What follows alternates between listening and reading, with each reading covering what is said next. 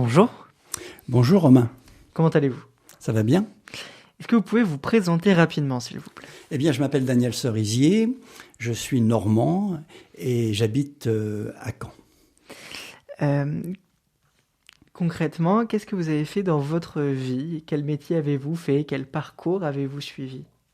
C'est un peu compliqué parce que j'ai démarré dans la vie tout à fait en bas de l'échelle, en commençant à être apprenti dans une ferme, parce que le tribunal de l'enfance m'avait placé dans cette structure. Et puis beaucoup plus tard, j'ai rencontré Jésus-Christ comme sauveur quand j'avais 15 ans. Ça a changé ma vie et j'ai fait des études de théologie. Et puis, comme je ne souhaitais pas faire uniquement un travail pastoral, mais assurer mes propres besoins matériels, je suis devenu ingénieur de banque, puis maître de conférence à l'université dans le cadre de l'IUP Banque Assurance. Qu'est-ce que ce métier vous a apporté? Eh bien, un contact avec le public surtout, et puis aussi la capacité de partager une certaine connaissance au niveau pédagogique, puisque très rapidement, je me suis orienté vers la formation de mes confrères et puis plus tard des étudiants de l'UP Banque Assurance, tout en assurant par ailleurs un ministère pastoral de prédicateurs, ce qui me donnait beaucoup de travail en semaine, mais également le week-end. Est-ce que ce rôle de passeur de savoir vous tenait à cœur?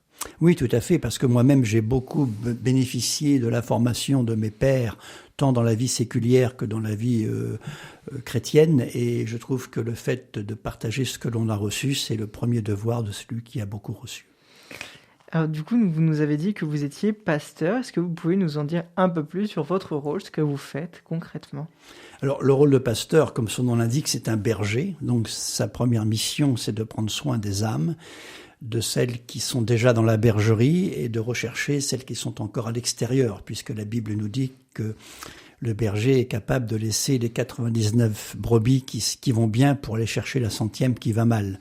Et le travail d'un pasteur, c'est certainement d'abord l'évangélisation et puis ensuite prendre soin du troupeau.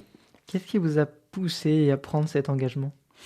Bien, le fait d'être un chrétien de conversion et d'avoir bénéficié d'un tel changement de vie grâce à Jésus-Christ et à la foi, je pense que quand on a trouvé un trésor, on ne peut pas le garder pour soi-même et c'est important de le partager avec les autres. Donc très vite, cette vocation de servir Dieu et les hommes s'est imposée à mon cœur dès l'âge de 16-17 ans.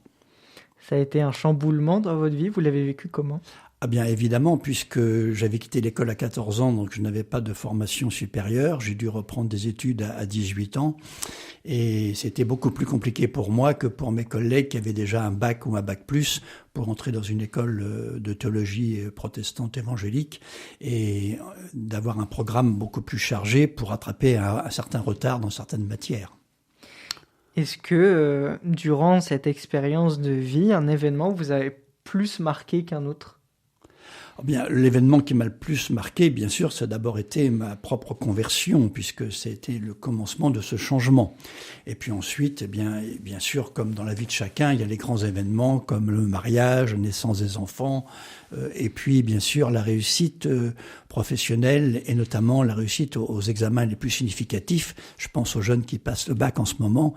Pour eux, c'est un grand événement. Pour moi, ce qui fut un grand événement, c'est d'avoir mon diplôme d'ingénieur du CNAM en 1981, parce que ça a marqué le reste de ma carrière d'une certaine façon. D'accord.